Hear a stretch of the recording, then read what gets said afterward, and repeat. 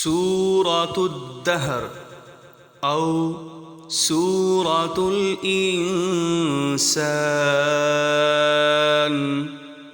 بسم الله الرحمن الرحيم. هل أتى على الإنسان حين من الدهر لم يكن شيئا مذكورا.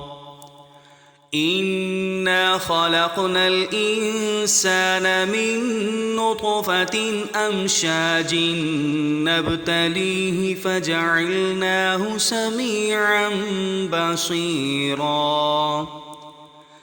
إنا هديناه السبيل إما شاكرا وإما كفورا. إنا أعتدنا للكافرين سلاسل وأغلالا وسعيرا. إن الأبرار يشربون من كأس كان مزاجها كافورا. عينا يشرب بها عباد الله يفجرونها تفجيرا. يوفون بالنذر ويخافون يوما كان شره مستطيرا. ويطعمون الطعام على حبه مسكينا ويتيما وأسيرا. إنما نطعمكم لوجه الله لا نريد منكم جزاء ولا شكورا.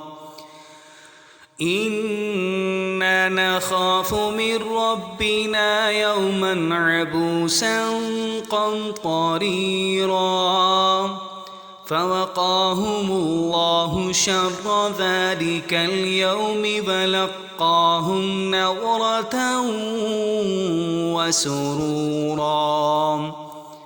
وجزاهم بما صبروا جنة وحريرا متكئين فيها على الأرائك لا يرون فيها شمسا ولا زمهريرا. ودانية عليهم ظلالها وظللت قطوفها تذليلا. ويطاف عليهم بآنية من فضة وأكواب كانت قوارير من فضة قدروها تقديرا. ويسقون فيها كأسا كان مزاجها زنجبيلا. عينا فيها تسمى سلسبيلا. ويطوف عليهم ولدان مخلدون.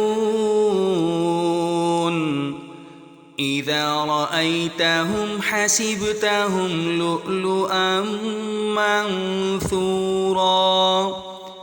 وإذا رأيت ثم رأيت نعيما وملكا كبيرا. عاليهم ثياب سندس خضر واستبرق وحلوا أساور من فضة. وسقاهم ربهم شرابا طهورا. إن هذا كان لكم جزاء وكان سعيكم مشكورا. إنا نحن نزلنا عليك القرآن تنزيلا فاصبر لحكم ربك ولا تطع منهم آثما أو كفورا واذكر اسم ربك بكرة وأصيلا ومن الليل فاسجد له وسبحه ليلا طويلا إن هؤلاء يحبون العاجلة إن هؤلاء